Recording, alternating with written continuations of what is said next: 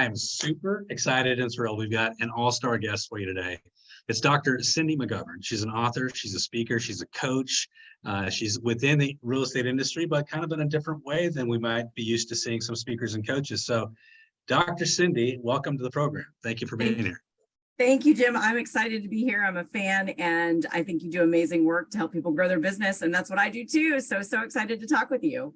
I love it. Let's give people a little bit of background about Dr. Cindy. So tell us, how you came to this industry and how you're helping people today.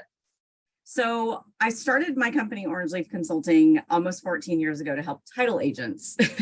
Nice. Anybody remembers the industry back then? You're going, why did you quit your day job to help companies that didn't have any money?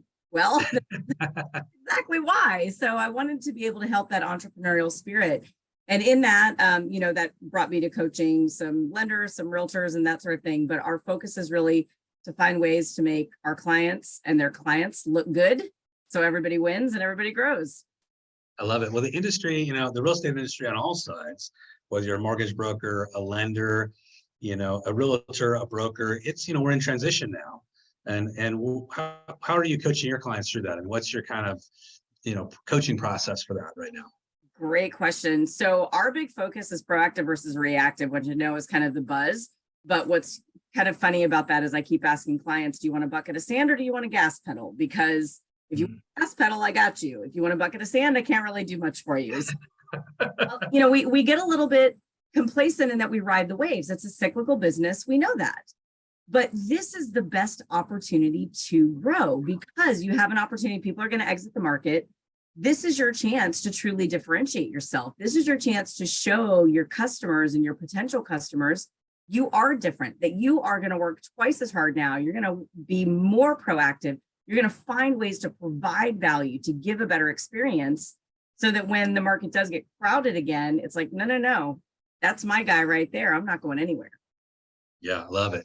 So with that, I think one of the things that people get lost in the forest for the trees is people get lost in the idea that there's so many things I could be doing. And this is true of all industries, right? I could be doing online leads. I could be doing, for sell by owners and expire listings and this, that, and the other. What do you think that people should focus on? Especially in a transitional market, what is your coaching there? What are you looking for? Sell yourself. Sell yourself. Sell yourself. So, and I know you do a lot of coaching on this with expired listings and starter kits and all of these things, and it's amazing. So if that's part of your business plan, absolutely go to that. But especially in a transitional market, and I would maybe argue in any market, they're buying you. They're not buying the brokerage where you're hanging your shingle. They're not buying that you found them because of an expired listing or that you did this or that. You're building the trust with them. It's not your slick flyer. I hate to tell you this, but it's not. It's you as a human being. It's how you're selling yourself to them, building that bridge of trust and making them want to then be your advocate to other people. So that's really interesting. I think that's really valuable because ultimately we are the brand, right? So we are the brand and, it's kind of, they're buying into us and 90% of the reason they list with us or work with us is because they like us, right? So with that, when we're talking about us being the brand, how do you expand upon that? How do you be more likable? How do you position yourself as a brand? As a realtor. Yeah, so it's very funny because I have to tell a quick story. There was a realtor that I knew and coached, and he used to always say, I hate salespeople. And I said, that's what you do for a living. You know that, right? He's like, no, but I hate it. I hate salespeople. I can't stand salespeople. And I said, no. What you hate is manipulation. What you hate is pushy. What you hate is, stalking, right? What this realtor was really good at was being the go-to, was the guy that if you needed, a painter, a contractor, you needed all the things that you call your realtor for, let's be honest. Yep. That person. And that's actually how he branded himself, was almost like the unsalesperson. And it works really well for him. So my advice to all of your listeners is when you're branding yourself and you're expanding that, who do you want people to know you as when you're not in the room? You want to be known, because I think we all say that we sell, whatever, we sell real estate, we sell homes, we sell loans, there's more to it than that. So whittling it down, I talk about this in the book, whittle it down to 5 or 6 words you want people to describe you, and then test it. Then ask feedback, check your blind spots and make sure those are the words that people are using. Because if they're using words like really knowledgeable during the transaction, that's great, but it's also a given. Yeah. Supposed to do. But if it's, I trust Jim, and if Jim tells me this is what I'm supposed to do, he's my guy, trustworthy, part of your brand, that's something I can sell for you. That's something you can sell. I love it. So that's really interesting. I used to teach a couple classes to title companies myself, and one of the things that would come up when we'd ask them the question is, tell me what's the 5 things that differentiate you from the other title company down the road, right? And inevitably they would say, they'll always say this. They'll say, we give better service, which is what every single realtor almost always says. We provide better service. Or lenders, you can fill in the blank. Lenders, we give better service. Boring. It's just like a sleeper. Like everybody says that. But to your point, I think you got to define what it is that differentiation is. I mean, very specifically, and then you got to drive like a nail and a hammer. You got to drive that message home, right? So when you're talking about the ways that we maybe drive that message home, what are you looking at? Are you looking at like social media as a part of that? Are you looking at your handwritten notes? Is it phone calls? Is it a mix? Is it everything? What is it?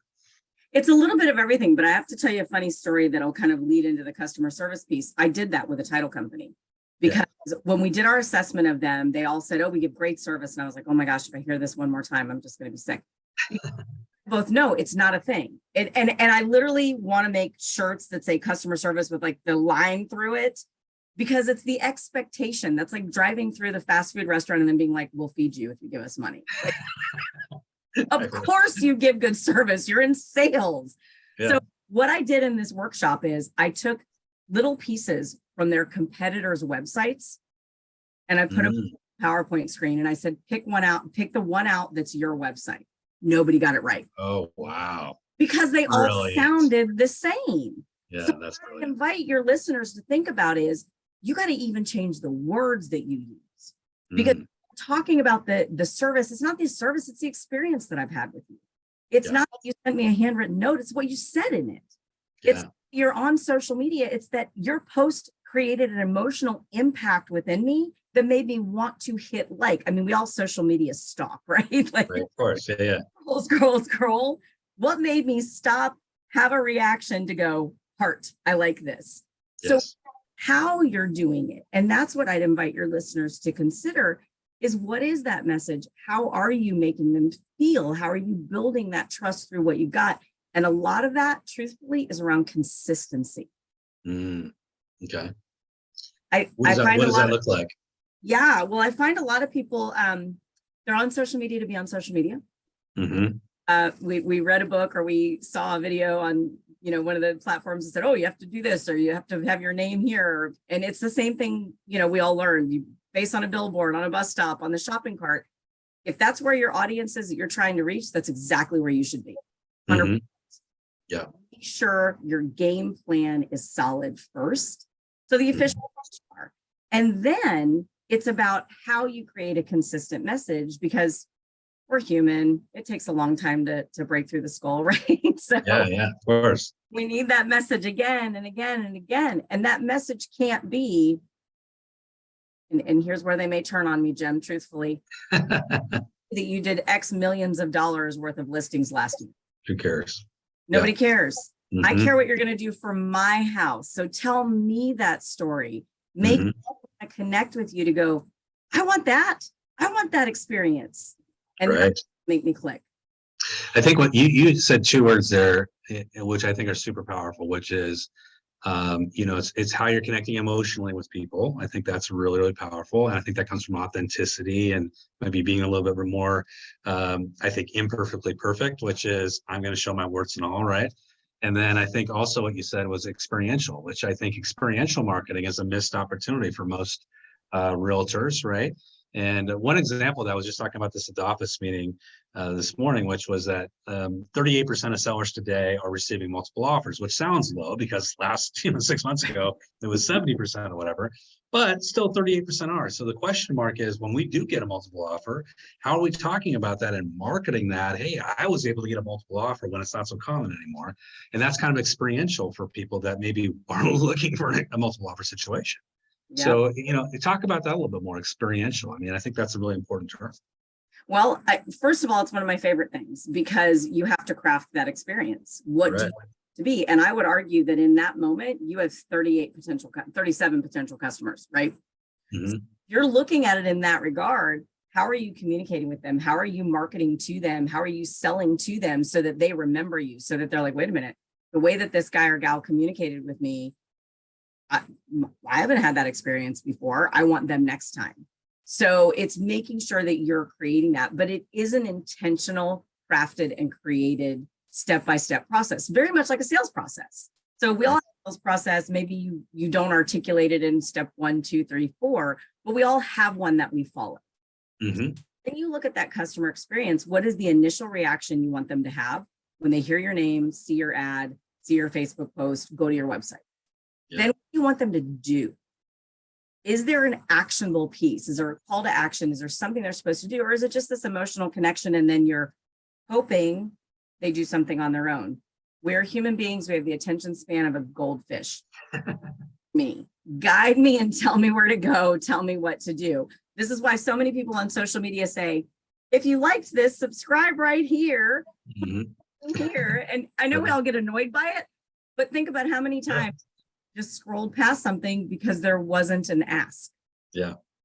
Mhm. Has to be something where you're engaging them early on in that experience. So think about it like this. If you go to a store, and we've all been there, they're short-staffed right now, just given when we're recording this podcast, they're very short-staffed. Yeah. It may take a minute for somebody to come and help you. Mhm. When someone finally comes up to you, the way they greet you actually changes your body language. Mm. They're going to be like, I got to go. I don't want you stalking me. Or, oh, actually, I could use a little bit of help. I'm looking for X. Right. When people see your post, when people get your email, when people see you at the coffee shop, when they see you at the chamber event, when they see you at the networking event, do they cringe or do they lean in Mhm. for that experience? Because they are experiencing you before they ever become your customer.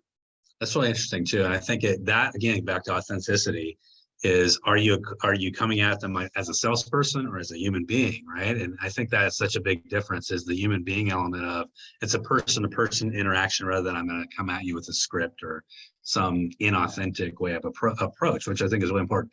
It reminds me when you're talking about this, from a retail sense or maybe a hotel sense, you got a hotel which all has 4 walls and a roof and you're sleeping there, but there's a different experience because you're going to pay, if you have 400 square feet, I could pay $500 a night or I can pay $69 a night. What's the difference? The difference is the experience you're getting when you walk in there and lay down, right? And I think when you put it into like this perspective you're talking about, we could also put this into the same perspective a little bit, like what's the experience somebody has when they walk into our office and they have a first meeting with us? What are they receiving? What are they seeing? How are they reacting? When they get in my car, what's that experience look like? And if we said, if I was going to deliver them a luxury experience, a concierge level experience, what does that look like versus what I'm doing now? Right. So I think those are all kind of related conversations, right? It's 100%. And that is completely crafted. So if we haven't been intentional about it, remember, they're having an experience regardless. Yeah. So they're having. That is very true. That's very, very good comment right there. There's an experience happening whether you like it or not. Yeah, is it the $69 a night hotel or is it the $500? Which one are they experiencing? So I think it's about the intention around it. But the other thing that I would invite your listeners to consider too is just because it's this experience and you only get this many touch points, how do you know what their expectation is? That's very good. And we asked up front what it is. It was very funny. Many, many years ago, I was coaching a real estate agent and she wanted more listings and she was competing against very seasoned realtors in that market. I live in the Bay Area. It's, very, very busy. Fast forward, we talked about the questions she asked in the appointment versus going in and saying, here's my beautiful binder and here's what I'm going to do to market your house. Yeah. Went at more a consultative approach, which I know this is your world right here, my friend. Truly, it was about the experience the person was having. And she ended up finding out is even if they didn't hire her because they wanted someone with more experience, they told others about it. So she ended up getting referrals because of the way that she put them through the paces of becoming a client. So recognizing that for all of your listeners, even if they don't use you today, doesn't mean they're not a referral source later. I think that's really smart. Yeah. And when you're saying that, it just makes me think too of like airlines. It's all kind of related to stuff. I mean, when you think about airlines, you're all going to the same destination. But if they ever asked us, like, what would be important to you? Because they all think it's price, right? Every airline's always competing on price. But I would pay much more for an airline if I was flying across the country if that just served me a good meal. But nobody ever asked me that question. Nope. Right? It's never a question that comes up. Nope. And that's a very good point. Like you're saying, if they just ask the question, like, what is it you want? And maybe if we ask the questions before our listing appointment, what are you looking to get out of this appointment? What are questions that you have? And those are because we come in with a listing presentation and all our stuff, right? Really, really good points. Yeah, smart, really smart. Now, what do you think that when you're looking at like the top producers in any industry, whether it's title, whether it's mortgage, whether it's realtors, do you see a through line? Like what is the differentiation of like the top 10% versus the bottom 90%? So one of the common threads that I see, and I've worked in all three of those, is curiosity. Mm. And I think that, it's the old Glengarry Glen Ross, when maybe I'm dating myself here, but, always I actually think it's always be curious. And the top producers in that space are curious about what they can do to up their game, level up, what their customers need, and anticipating what their customers need, looking at where the trends and markets are going and figuring out, how do I get just beyond the headlights of this? It's curiosity. And if you stay in that space, and that's really hard when you're at the top of your game, right? Yes, yeah. Hard to compete with that. Tough because you're like, I'm a little big for my britches right now. It's pretty good, but if you can stay in that space of curiosity, that's really going to differentiate you, because there's also a level of humility that comes with that you're always learning and always trying to improve for your clients and give them a better experience, and being vulnerable around that and saying, look, I'm trying to understand remote online notary and closings and right. Like, I don't know, let me find out. But finding ways to deliver a better experience. And I think that is the number one thing that I see across really all industries that really. Well, I think, and to your point, I think, it's evolution, right? It's evolving and getting better. And one question I always ask even top producers, because you can get trapped as a top producer in your own success. So you do 60 million or 80 million or 100 million, you can think I can do no wrong. I walk on water. But one question I always ask is, what have you changed in the last year? What have you changed in the last 2 years? And a lot of times they'll get trapped.